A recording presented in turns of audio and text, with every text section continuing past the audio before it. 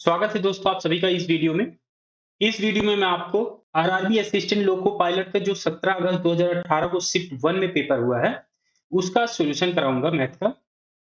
तो वीडियो के लास्ट तक बने रहिएगा क्योंकि इसमें मैं कुछ नए-नए ट्रिक बताऊंगा, तो आपके एग्जाम के लिए बहुत हेल्पफुल होंगे। चलिए शुरुआत करता हूँ इस क्वेश्चन से। इसमें दिया हुआ है त्रिभुज का क्षेत्रफल जिसके शीर्ष दिए हुए हैं 2,4 -3, -1 और 5,3। इसका क्षेत्रफल निकालना है। इसका मैं एक बहुत ही शानदार ट्रिक बताता हूँ, जिससे आप इसको बहुत ही आसानी से सॉल्व कर सकते हैं बिना किसी फार्मूला लगाए। तो जैसे यहाँ पे शीर्ष दिया हुआ है या वर्टेक्स बोले, तो ये दिया हुआ है 2,4 -3, -1 और 5,3 दिया हुआ है। अगर एक वर्टेक्स हम 0 बना दें, तो हम आसानी से इसका क्षेत्रफल निकाल सकते हैं। तो 0 बनाने के लिए क्या करना पड़ेगा? अगर मान लेते हैं हम इसको ही 0 बना दें, तो इसमें -2 एक्स के पार्ट में और -4 वाई के पार्ट में कम कर दें और इतना ही सभी वर्टेक्स में कम करना पड़ेगा हमें। तो इसमें भी कम कर दें -2, -4, -2, -4। तो अब ये हो जाएगा वर्टेक्स इसका। इसका आ जाएगा 0,0 और ये हो जाएगा -3 में -3 कम होगा तो ये आ जाएगा -5, -5 और एक और वर्टेक्स आ जाएगा ये 3, -1। अब क्या करेंगे? क्षेत्रफल निकालना है। तो जो x का पार्ट है उसे y के पार्ट से मल्टीप्लाई करेंगे। तो -5 का -1 में मल्टीप्लाई करें तो ये आ जाएगा 5 और इस y का इस x में मल्टीप्लाई करें, -5 और 3 का मल्टीप्लाई होगा तो ये आ जाएगा -15। इन दोनों का जो मल्टीप्लिकेशन आएगा उसका डिफरेंस लेंगे। तो 5 में डिफरेंस लेंगे तो ये आ जाएगा -15 और इसे डिवाइड करेंगे 2 से। अगर ये पूरी वैल्यू माइनस में आती है तो उसे हमें प्लस लिखना पड़ेगा क्योंकि क्षेत्रफल हमेशा पॉजिटिव होता है। तो इसे सॉल्व करें तो ये हो जाएगा 5 और ये माइनस माइनस हो जाएगा प्लस 15 डिवाइडेड बाई 2। ये हो जाएगा 15 5 20, 20 डिवाइडेड बाई 2 और ये पॉजिटिव है तो ये हो जाएगा 10। 10 इसका आ जाएगा एरिया। स्क्वायर यूनिट आ जाएगा इसकी यूनिट, क्योंकि यूनिट कुछ दी नहीं हुई है तो मान लेते हैं ये है यूनिट ही मान लेते हैं। ये हो जाएगा 10 स्क्वायर यूनिट। ऑप्शन 4 इसमें करेक्ट हो जाएगा। चैनल को अभी तक आपने सब्सक्राइब नहीं किया है तो चैनल को सब्सक्राइब कर लीजिए और वीडियो को लाइक भी कर दीजिए। नेक्स्ट क्वेश्चन देखते हैं। 435 को पूर्ण वर्ग बनाने के लिए इसमें जोड़ी जाने वाली न्यूनतम संख्या क्या है, ये फाइंड करना है। आप सभी को कम से कम 40 नंबर तक के स्क्वायर पता होने चाहिए और 20 नंबर तक के कम से कम क्यूब पता होने चाहिए। 435 के पास कौन सा स्क्वायर होता है? 441। 21 का स्क्वायर होता है 441। तो 441 बनाने के लिए 435 को घटा दें, ये आ जाएगा 441 में 435 कम होगा तो ये आ जाएगा 6। तो 6 जोड़ने पर 435 में ये पूर्ण वर्ग बन जाएगा। ऑप्शन 3 करेक्ट हो जाएगा। चार संख्याएं दी हुई है ए बी सी डी, जिनका औसत दिया हुआ है 16 है। ए और बी का औसत दिया हुआ है 9.5। सी और डी का औसत क्या होगा ये फाइंड करना है। चार संख्याएं ए बी सी डी, इनका औसत दिया हुआ है 16। A plus B plus C plus D, इसका अगर औसत निकालेंगे तो 4 से डिवाइड करना पड़ेगा और इसका औसत दिया हुआ है 16। तो A plus B plus C plus D की वैल्यू आ गई 16 चौके 64। अब दूसरी कंडीशन क्या दी हुई है? ए और बी का औसत दिया हुआ है 9.5। ए प्लस बी डिवाइडेड बाई 2 हो जाएगा 9.5। तो ए प्लस बी की वैल्यू क्या आ जाएगी? इसमें मल्टीप्लाई करेंगे तो 9.5 गुणे 2 हो जाएगा 19। और ए प्लस बी की वैल्यू यहाँ पे रख दें, इसकी वैल्यू यहाँ पे 19 रख दें, तो आ जाएगा सी प्लस डी क्या हो जाएगा? 64 माइनस 19, तो ये हो जाएगा 45। सी प्लस डी की वैल्यू आ गई 45। तो इसका एवरेज निकालें, सी प्लस डी का एवरेज निकालें तो 2 से डिवाइड करना पड़ेगा। तो 45 डिवाइडेड बाई 2 हो जाएगा, ये हो जाएगा 22.5। ये इसका एवरेज आ गई। यही हमें फाइंड करना था। ऑप्शन 2 करेक्ट हो जाएगा। नेक्स्ट क्वेश्चन देखते हैं। 6561 का वर्गमूल क्या होगा ये फाइंड करना है। तो इसका भी मैं एक ट्रिक बताता हूं आपको। 6561, इसके दो दो के ग्रुप बनाने हैं आपको। दो दो के ग्रुप हम राइट साइड से बनाएंगे। पहला ग्रुप ये बन जाएगा, दूसरा ग्रुप ये बन जाएगा दो दो का। अब जैसे हम डिवीजन का करते हैं, उसी प्रकार से इसे सॉल्व करना है। जो नंबर का पहला सेट होता है, जैसे इसमें है 65, तो इसको देखेंगे कि नंबर के कौन से स्क्वायर के ये पास है। तो 8 अठे 64 होगा, तो 64 के करीब है, तो हम लिखेंगे 8 यहाँ पे लिखेंगे और 8 से मल्टीप्लाई करेंगे तो ये आ जाएगा 64। यहाँ से उतरेगा, एक घटाएंगे तो अब ये उतरेगा दूसरा सेट, ये हो जाएगा 161। अब क्या करते हैं, ये जो दो नंबर हैं इनको ऐड कर देंगे तो ये आ जाएगा 8 8 16। अब जो नंबर यहाँ पे लिखी जाएगी उसी से हमें मल्टीप्लाई भी करना है। तो 161 पाने के लिए हम क्या करेंगे, एक यहाँ पे लिखेंगे तो एक से मल्टीप्लाई भी करना पड़ेगा। तो ये हो जाएगा, एक से मल्टीप्लाई करेंगे तो ये 161 गुणे एक हो जाएगा 161। इसे घटाएंगे तो ये आ जाएगा 0। तो इसका स्क्वायर रूट क्या आ जाएगा, ये 8 और ये 1, तो आ जाएगा यहाँ से 81। इसका स्क्वायर रूट आ गया 81, ऑप्शन 4 करेक्ट हो जाएगा। नेक्स्ट क्वेश्चन देखते हैं। 15 फरवरी 2018 को गुरुवार है। 18 अप्रैल 2019 को कौन सा दिन पड़ेगा, ये फाइंड करना है। 15 फरवरी 2018 को क्या है, थर्सडे। एक साल के बाद अगर वो नॉन लीप ईयर है तो एक दिन बढ़ा देते हैं। जैसे 15 फरवरी 2018 को थर्सडे है, तो 2018 नॉन लीप ईयर है, तो एक बढ़ा देंगे तो 15 फरवरी 2019 हो जाएगा। थर्सडे में एक बढ़ाएंगे तो आ जाएगा फ्राइडे। फ्राइडे, तो 15 फरवरी 2019 को फ्राइडे हो जाएगा।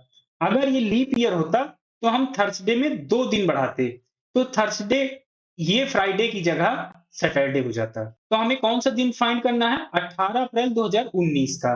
तो 15 फरवरी में 13 दिन और जोड़ दें तो फरवरी खत्म हो जाएगी, और 31 मार्च का और दिन जोड़ दें तो मार्च भी खत्म हो जाएगा। हमें 18 अप्रैल का दिन चाहिए, तो 18 दिन और जोड़ने पड़ेंगे 18 अप्रैल बनाने के लिए। 7 दिन के बाद दिन रिपीट होता है। जैसे फ्राइडे के 7 दिन के बाद फिर से फ्राइडे आता है, तो इसे 7 से डिवाइड कर दें तो यहाँ पे आएगा इसका रिमाइंडर 6, और इसे 7 से डिवाइड कर दें तो इसका रिमाइंडर आ जाएगा 3 7 चौके 28, 3 आ जाएगा। और 7 से इसे डिवाइड करेंगे तो ये आ जाएगा 7 दूनी 14, 4 18, तो रिमाइंडर यहाँ पे आ गया 4। तो हमारे पास दिन कितने आ गए, 6 3 9 4 13। 13 7 से बड़ी है तो एक बार और 7 से डिवाइड कर दें, तो अब रिमाइंडर आ जाएगा 6। 7 एकम 7 और 6 13, तो रिमाइंडर आ गया 6। फ्राइडे में 6 दिन और जोड़ दें तो हमें पता चल जाएगा कि 18 अप्रैल 2019 को कौन सा दिन पड़ेगा। तो फ्राइडे में अगर 6 दिन जोड़े तो ये हो जाएगा Saturday, Sunday, Monday, Tuesday, Wednesday, Thursday. 6 दिन के बाद आएगा थर्सडे। यही हमें फाइंड करना था, ऑप्शन 2 करेक्ट हो जाएगा। नेक्स्ट क्वेश्चन देखते हैं। 576 का वर्गमूल क्या है। अगर आपको वर्गमूल याद है तो ये होता है 24 का स्क्वायर, तो इसका वर्गमूल आ जाएगा 576 का 24, ऑप्शन ए करेक्ट हो जाएगा। सबसे अधिक सीटें जीतने वाली पार्टी कौन सी है, ये फाइंड करना है। तो इसमें पार्टियां हैं ए बी सी डी। तो ए पार्टी का देखें कितना सीट इसने जीता है, ये आ जाएगा 7 5 12, 12 7 19 और 19 0 19, ये आ गया 9। 1 और 2 3, 3 3 6, 3 9 4 13, ये आ गई 139।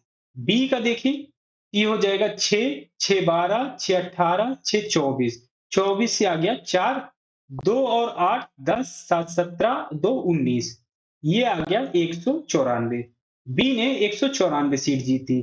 सी का देखें, ये हो जाएगा 1 और 5 5 1 6, 6 3 9, और ये हो जाएगा 2 2 7 9, 9 8 17, 179।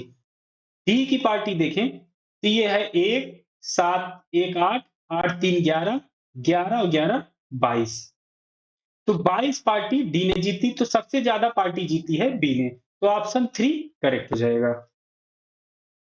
एक वस्तु पर छूट की दर जिसका अंकित मूल्य 170 रुपए है और विक्रय मूल्य 130 रुपए है, तो छूट क्या होगी ये फाइंड करना है। अंकित मूल्य दिया हुआ है, मार्क प्राइस 170 रुपए दिया हुआ है और सेलिंग प्राइस दिया हुआ है 130 रुपए। तो हम निकालें छूट कितनी हो जाएगी। डिस्काउंट डिस्काउंट हो जाएगी 170 में 130 घटाएंगे तो आ जाएगा 40। तो छूट मिल कितने में रही है 170 रुपए में मार्क प्राइस पर, तो ये हो जाएगा डिवाइडेड बाई 170। परसेंटेज में निकालना है तो 100 से मल्टीप्लाई। ये जीरो से ये जीरो कैंसिल हो जाएगा और ये हो जाएगा 400 डिवाइडेड बाई 17।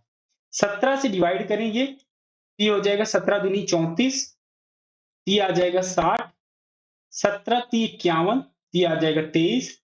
अब यहाँ पे बचेगा 9, यहाँ पे पॉइंट लगाएंगे तो यहाँ पे आ जाएगा 90, 17 पचा 85, ये आ जाएगा 5।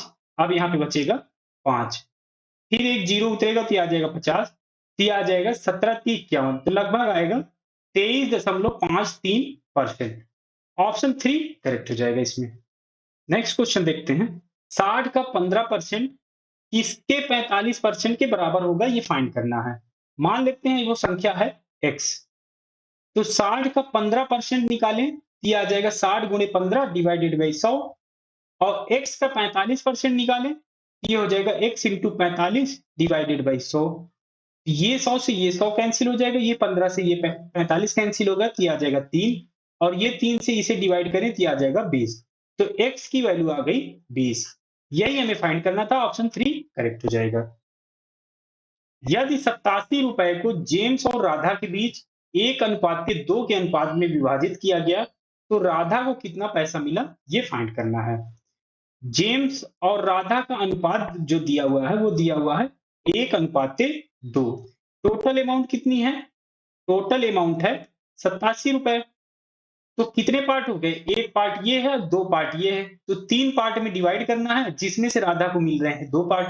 तो राधा का अमाउंट आ जाएगा जो उसे मिल रहे हैं, तो 2 पार्ट मिल रहे हैं कितने में, 3 में, तो इसे हम 87 से मल्टीप्लाई कर दें, ये 3 से डिवाइड करें तो आ जाएगा 29 और ये इससे मल्टीप्लाई होगा 29 दूनी 58। तो 58 रुपए राधा को मिलेंगे, ऑप्शन 4 करेक्ट हो जाएगा। नेक्स्ट क्वेश्चन देखते हैं। यदि एक्स स्क्वायर प्लस के एक्स प्लस के इक्वल टू 0 का कोई हल नहीं है तो के का मान क्या होगा ये फाइंड करना है। तो नो सॉल्यूशन के लिए इसका d लेस देन 0 होना चाहिए। यहाँ पे d क्या है, ये होता है बी स्क्वायर माइनस 4ac, ये होना चाहिए 0 के से कम। यहाँ पर b और ac क्या है, a है 1, b है k और c भी है k। तो यहाँ पे इनकी वैल्यू रख दें, ये हो जाएगा के स्क्वायर माइनस 4 इंटू 1 इंटू के लेस देन 0। तो ये हो जाएगा के स्क्वायर माइनस 4 के लेस देन 0।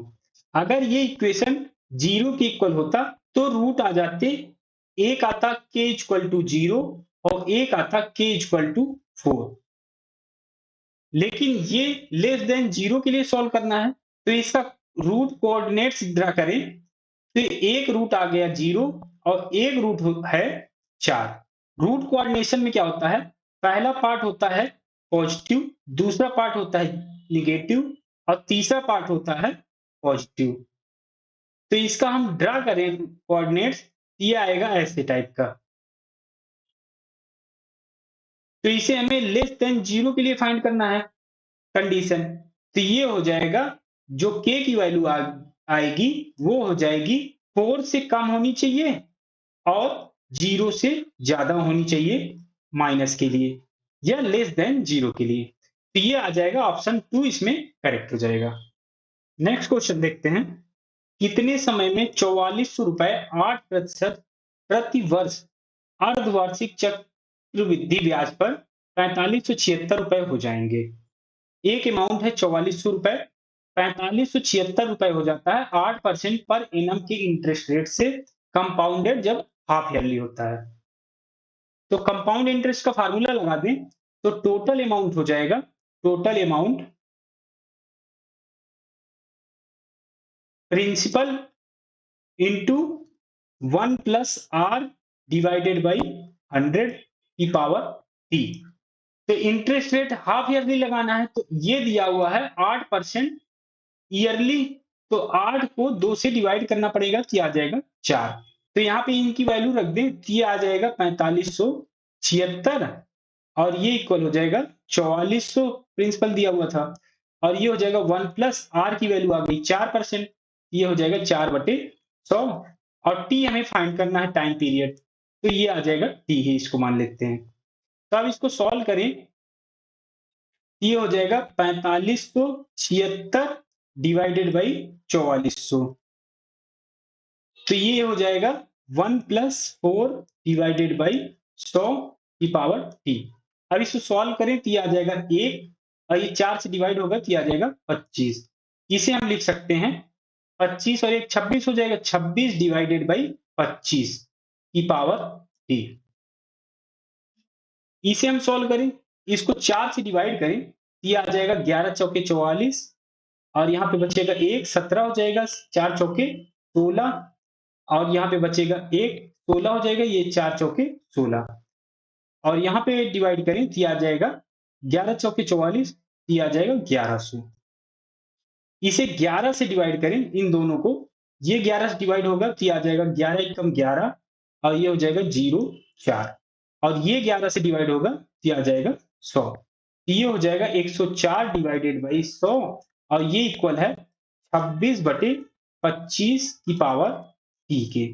इसे और सॉल्व करें, ये 4 से और डिवाइड करें तो ये आ जाएगा 26, और इसे 4 से डिवाइड करें तो ये आ जाएगा 25। 26/25 ये इक्वल है 26/25 की पावर टी के। ये कब इक्वल होगा? जब टी की वैल्यू आ जाएगी 1। टी की वैल्यू आ गई 1, और 1 ये हाफ ईयरली था, तो ये हाफ ईयरली में कितने मंथ होते हैं? हाफ ईयरली में होंगे 6 मंथ, तो इसका आंसर आ गया 6 मंथ। ऑप्शन 1 करेक्ट हो जाएगा।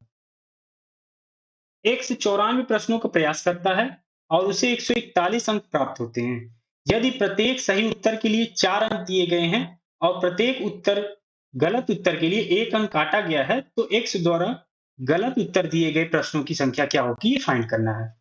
मान लेते हैं गलत उत्तर उसने दिए हैं a, और टोटल प्रश्नों के उत्तर दिए उसने 94, तो करेक्ट आंसर दिया उसने 94 माइनस a, जो उसने गलत दिया उसको हम घटा देंगे।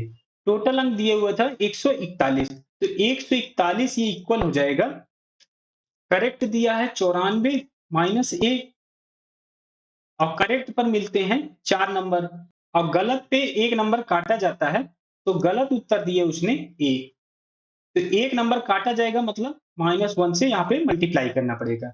अब इसे सॉल्व करें तो ये आ जाएगा 141 इक्वल टू, ये 4 से मल्टीप्लाई हो गया तो ये हो जाएगा 4 चौके 16, 1 9 चौके 36, 1 37, और ये हो जाएगा -4a, और ये हो जाएगा -a, ये हो जाएगा 376 माइनस 5a, और ये है 141। अब इस 5a को इस साइड ले आए, ये आ जाएगा 5a प्लस में आ जाएगा, और ये हो जाएगा 376 माइनस 141। ये 6 में से 1 गया तो ये 1 5 आ जाएगा, और 37 में से 14 जाएगा तो ये आ जाएगा 23।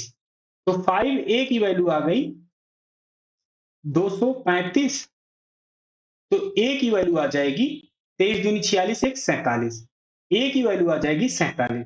तो इनकरेक्ट जो आंसर दिए थे वो होगी 47, यही हमें फाइंड करना था, ऑप्शन 1 करेक्ट हो जाएगा। नेक्स्ट क्वेश्चन देखते हैं, इसमें हमें इसकी वैल्यू फाइंड करनी है।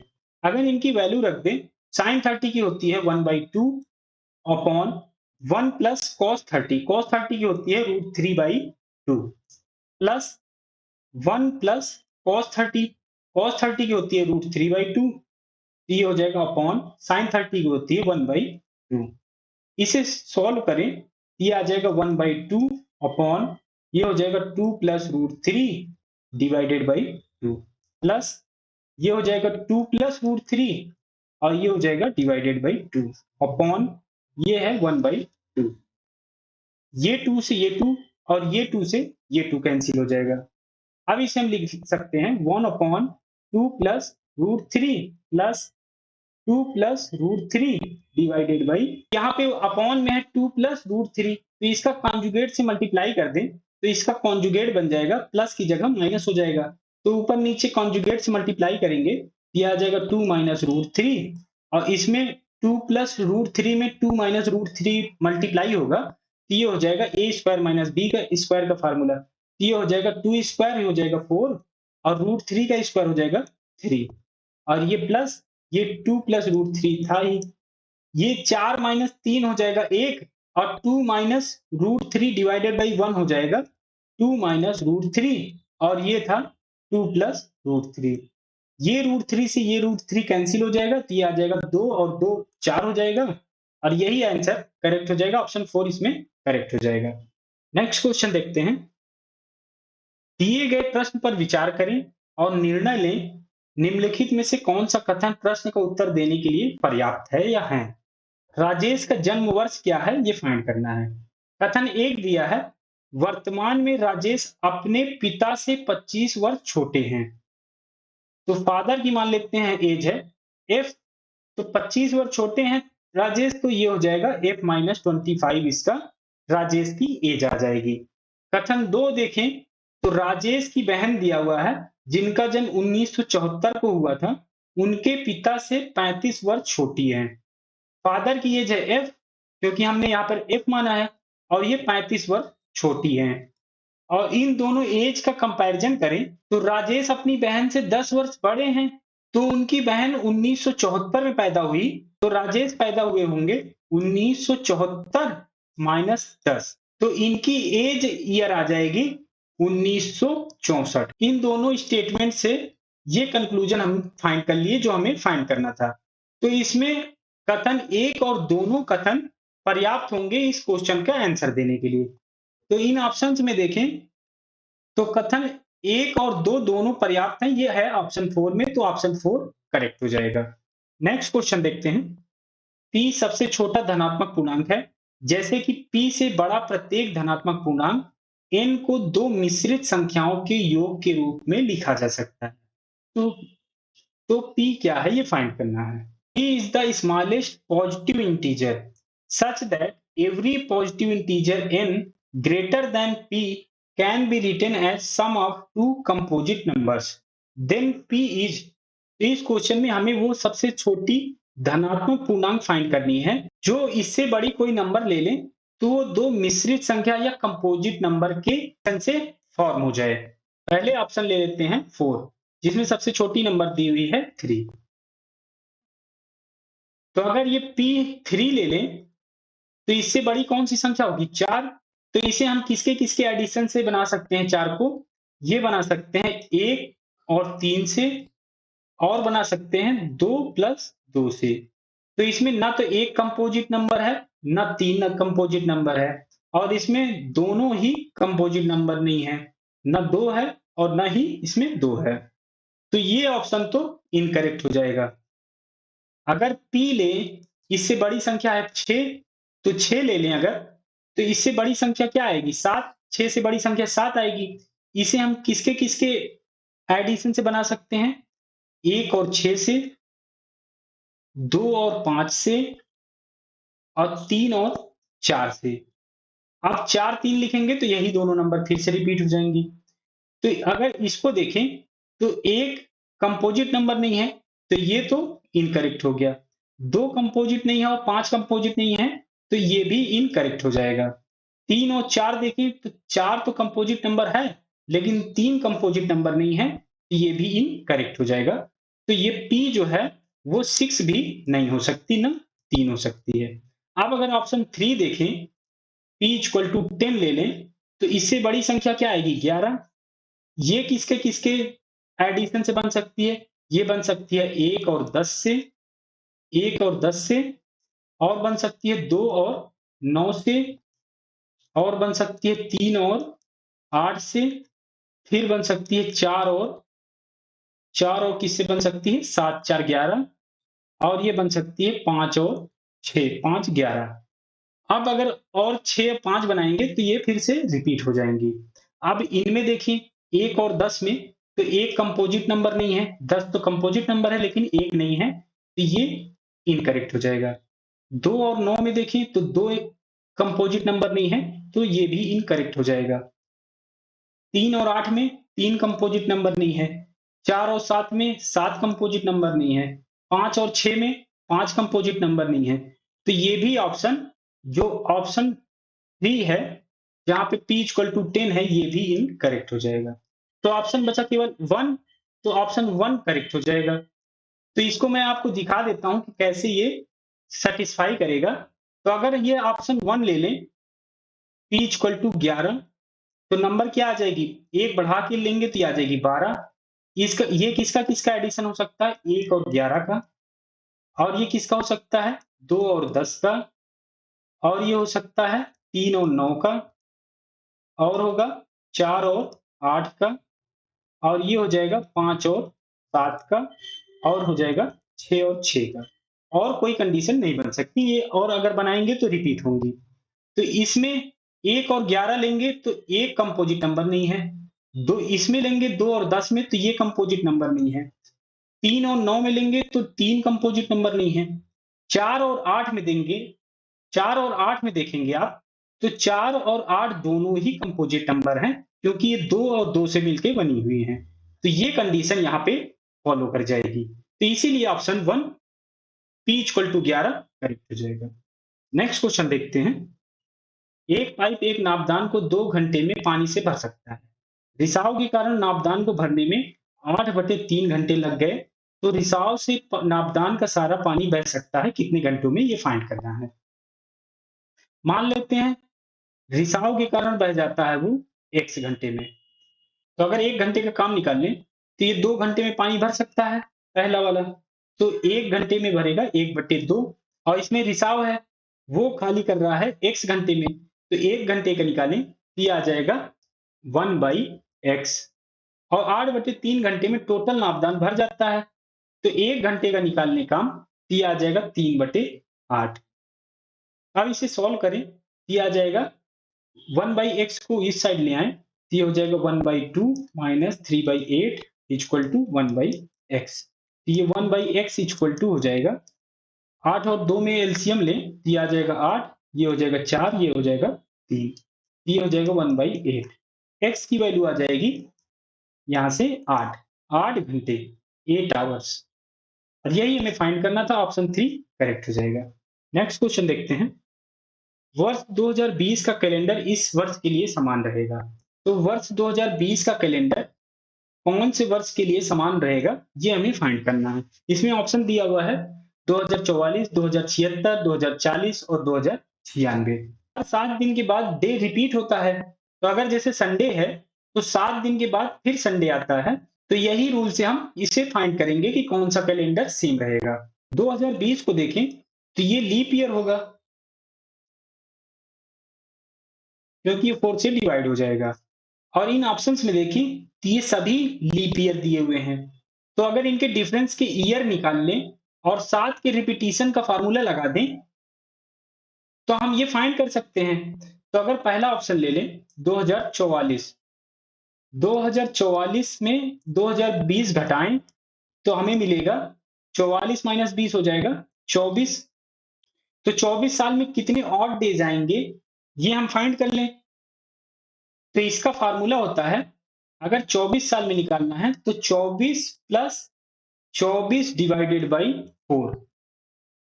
24 तो साल होंगे, और 24/4 क्यों किया गया, ये जो 4 साल में लीप ईयर होते हैं, उसके लिए हमने 24 को 4 से डिवाइड किया। तो यहाँ पे अगर निकालें तो ये आ जाएगा 24 प्लस 6 चौके 24, तो ये आ जाएगा 30। 30 को अगर 7 से डिवाइड करें तो यहाँ पे रिमाइंडर आएगा 2। तो अगर इसका रिमाइंडर 0 आ जाता, तो जो 1 जनवरी 2020 को डे पड़ता, वही 2044 को भी डे पड़ता 1 जनवरी को।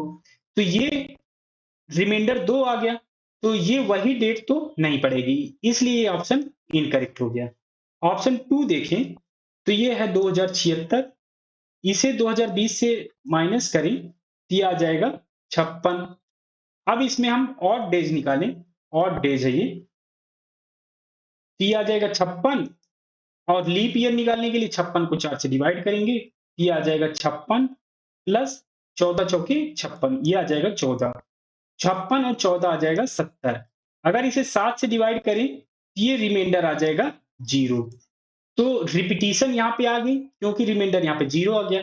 तो 2076 इसका आंसर आ जाएगा। नेक्स्ट क्वेश्चन देखते हैं। एक काम को 16 आदमी प्रतिदिन 18 घंटे काम करके 8 दिनों में पूरा कर सकते हैं। एक दिन में 8 घंटे काम करके 24 दिनों में दूसरे काम को पूरा करने के लिए कितने पुरुषों की आवश्यकता होगी, ये हमें फाइंड करना है। इसमें एक और कंडीशन दी हुई है, जो पहले वाले का 3 गुना है। तो जो दूसरा काम है वो 3 गुना काम है पहले वाले का। तो इसमें हम फार्मूला लगाएंगे MDH। MDH क्या है, और यहाँ पे MDH क्या है? M का मतलब है मेन, D का मतलब है डे, और H का मतलब है आवर। यहाँ पे इसका हम फार्मूला लगा दें तो ये हो जाएगा M1D1 H1 equal to M2D2 H2। Formula में वैल्यू रख दें तो मेन कितने दिए हुए हैं यहाँ पर 16, डे कितने हैं 12, H कितना है आवर 8। यहाँ पे मेन कितने हैं, यहाँ पे मेन फाइंड करना है तो मान लेते हैं M2 ही है। D क्या है, डे कितने दिन में पूरा कर रहा है 24 दिनों में, ये 24, और आवर कितने काम कर रहे हैं 8, ये आ जाएगा 8। अब इसको सॉल्व करें तो 8 से 8 और ये 12 से इसे डिवाइड करें तो ये आ जाएगा 2, और इस 2 से ये कैंसिल होगा तो ये आ जाएगा 8। तो मेन आ गए यहाँ पे 8, लेकिन हमें 3 गुना काम करना था तो 3 से मल्टीप्लाई भी करना पड़ेगा क्योंकि यहाँ पे 3 गुना काम था। तो ये आ जाएगा, यहाँ पे टोटल आदमी आ जाएंगे 24। ऑप्शन 4 करेक्ट हो जाएगा। नेक्स्ट क्वेश्चन देखते हैं। सॉल्व द फॉलोइंग, निम्नलिखित को सॉल्व करें। तो यहाँ पे बॉड मास का फार्मूला लगाएं, बॉड मास। तो पहले ब्रैकेट सॉल्व करेंगे, तो ब्रैकेट में सबसे छोटा ब्रैकेट ये है तो पहले इसे सॉल्व करेंगे। इसमें भी बॉड मास लगाएं तो पहले डिवीजन सॉल्व होगा। तो पहले इस डिवीजन को सॉल्व करें, इसकी वैल्यू आ जाएगी 2, और ये 2 गुणे 2 है 4, 2 गुणे 2 हो जाएगा 4। तो इसे लिख सकते हैं 36 माइनस 18 माइनस 14 माइनस ये 15 माइनस ये हो जाएगा 4, 15 माइनस 4। इस 15 माइनस 4 को हम लिख सकते हैं 11, ये हो जाएगा 11। अब इसे सॉल्व करें और ये हो जाएगा 18 माइनस 14 माइनस 11 क्या हो जाएगा 3, ये हो जाएगा 36 माइनस 15, और ये आ जाएगा 21। ये आंसर आ जाएगा, ऑप्शन 3 करेक्ट हो जाएगा। दो पाइप हैं ए और बी, एक खाली टंकी को क्रमशः 18 और 27 घंटे में भर सकते हैं। पाइप सी पूरी टंकी को 45 घंटों में खाली कर सकता है जब कोई अन्य पाइप चालू ना हो। प्रारंभ में जब टंकी खाली थी तो पाइप ए और पाइप सी को चालू किया गया था। यहाँ पे पाइप ए का दिया हुआ है कि 18 घंटे में भर देता है, तो ए आ गया 18, बी दिया हुआ है 27 घंटे, और सी दिया हुआ है 45 घंटे। लेकिन ये सी जो है वो खाली कर रहा है तो मान लेते हैं, तो इसे हम माइनस शो कर देते हैं। तो आप क्या कह रहा है कि जब टंकी पूरी खाली थी तो पाइप ए और पाइप सी को चालू किया गया था। तो 1 घंटे का पार्ट निकाल लें, तो ए और सी चालू किए गए थे तो ये आ जाएगा 1/18, और सी है माइनस में तो ये आ जाएगा माइनस का 1/45। अब क्या कह रहा है, कुछ घंटों के बाद पाइप ए को बंद कर दिया गया। तो ये हमने 1 घंटे का निकाला था, ए को बंद कर दिया गया कुछ घंटों बाद, मान लेते हैं वो है x। तो x घंटे ये चालू रहा। टंकी को पूरा भरने में 55 घंटे लग रहे हैं, तो जो पाइप सी होगा वो पूरे 55 घंटे तक चालू रहेगा। तो ये हो जाएगा 55 घंटे तक ये चालू रहेगा। और पाइप बी कितने घंटों तक चालू रहेगा, टोटल 55 घंटे तक पाइप चालू रहे, तो x पार्ट इसका ए का निकल गया, तो पाइप बी चालू रहेगा 55 माइनस x टाइम तक ये चालू रहेगा पाइप बी, और ये टोटल काम हो जाएगा 1 के, क्योंकि पूरी टंकी भर चुकी है। अब इसे सॉल्व करें, ये 5 से इसको डिवाइड करें तो आ जाएगा 11, और इसे 5 से डिवाइड करेंगे तो आ जाएगा 9। अब इसमें 54 आ जाएगा एलसीएम, ये हो जाएगा 3x माइनस ये हो जाएगा 9 छके 54 तो 11 छके 66 प्लस 27 दूनी 54 तो ये 2 से मल्टीप्लाई करेंगे तो ये आ जाएगा 110 माइनस 2x और ये आ जाएगा इक्वल 1 के। तो ये हो जाएगा 3x माइनस 66 और ये हो जाएगा माइनस का 66 और 110 हो जाएगा 34 10 44 ये आ जाएगा प्लस का 44 और ये हो जाएगा माइनस 2x और ये 54 इधर मल्टीप्लाई हो गया तो ये आ जाएगा 54 ये माइनस 2x और ये 3x हो जाएगा x ये 44 इस साइड आएगा तो 54 में से 44 घटेगा तो ये आ जाएगा 10 तो x की वैल्यू आ गई 10। इसमें हमें पूछा क्या है पाइप बी कितने घंटों तक चालू रहा। पाइप बी बाद में चालू हुआ टोटल घंटे थे 55 और इसमें से 10 घंटे ए चालू रहा क्योंकि x की वैल्यू 10 आई है तो टोटल टाइम तक चालू रहा बी 45 घंटे तक।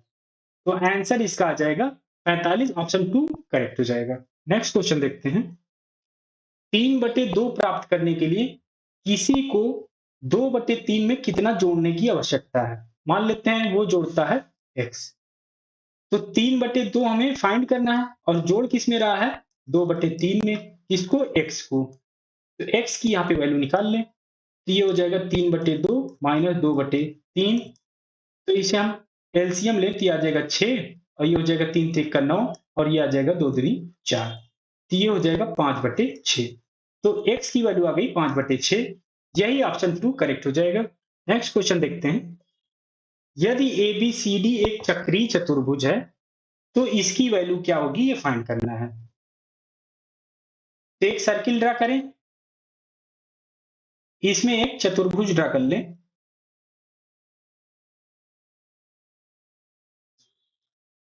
ये मान लेते हैं ए है तो ये हो जाएगा बी ये सी और ये डी। चक्रीय चतुर्भुज का नियम क्या होता है कि जो आमने सामने की एंगल होंगे उनका योग हमेशा 180 डिग्री होगा तो ए प्लस सी का योग आ जाएगा एंगल का 180 और इसी तरह बी प्लस डी हो जाएगा ये भी 180 के इक्वल 180 डिग्री। तो यहां से अगर ए की वैल्यू निकाल लें ए की वैल्यू आ जाएगी 180 डिग्री माइनस सी और यहां से बी की वैल्यू निकाल लें ये हो जाएगी 180 माइनस डी। अब इस वैल्यू में रख दें cos square A minus cos square B minus cos square C plus cos square D. A की वैल्यू यहां से रखें ये हो जाएगा कॉस 180 माइनस सी हो जाएगा माइनस कॉस सी और स्क्वायर में है तो माइनस माइनस प्लस हो जाएगा तो ये आ जाएगा कॉस स्क्वायर सी। यहाँ पे बी की वैल्यू रखते हैं 180 माइनस डी तो ये हो जाएगा कॉस बी की जगह हो जाएगा 180 माइनस डी तो ये हो जाएगा माइनस का कॉस डी और स्क्वायर में है तो ये भी हो जाएगा कॉस स्क्वायर डी और ये कॉस स्क्वायर सी और कॉस स्क्वायर डी ऐसे ही रख दें तो ये हो जाएगा cos square C plus cos square D. Cos square C से ये कैंसिल हो जाएगा कॉस स्क्वायर डी से कॉस स्क्वायर डी कैंसिल हो जाएगा और ये आ जाएगा 0 के इक्वल। यही आंसर हो जाएगा ऑप्शन 3 करेक्ट हो जाएगा। पार्टियां और उनके द्वारा जीती गई सीटें निम्नलिखित तालिका में सूचीबद्ध हैं दिए गए आंकड़ों के आधार पर निम्नलिखित वाक्यों को पूरा करें। पार्टी बी ने सबसे ज्यादा सीटें जीती।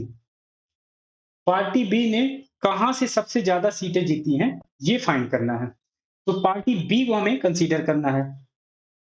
तो इसमें देखें तो साउथ में 6 है ईस्ट में 26 है वेस्ट में 76 है नॉर्थ में 86 तो 86 सबसे ज्यादा जीती हैं कहां से नॉर्थ से तो ऑप्शन यहाँ पे 1 करेक्ट हो जाएगा। तो ये थे मैथ के सभी क्वेश्चन जो असिस्टेंट लोको पायलट में पूछे गए थे। अगर ये वीडियो आपको अच्छी लगी हो तो लाइक करिए दोस्तों के साथ शेयर करिए और सब्सक्राइब जरूर कर लीजिए साथ ही साथ बेल आइकन जरूर दबाइए जिससे जो भी वीडियो आए आपको नोटिफिकेशन जरूर मिल जाए।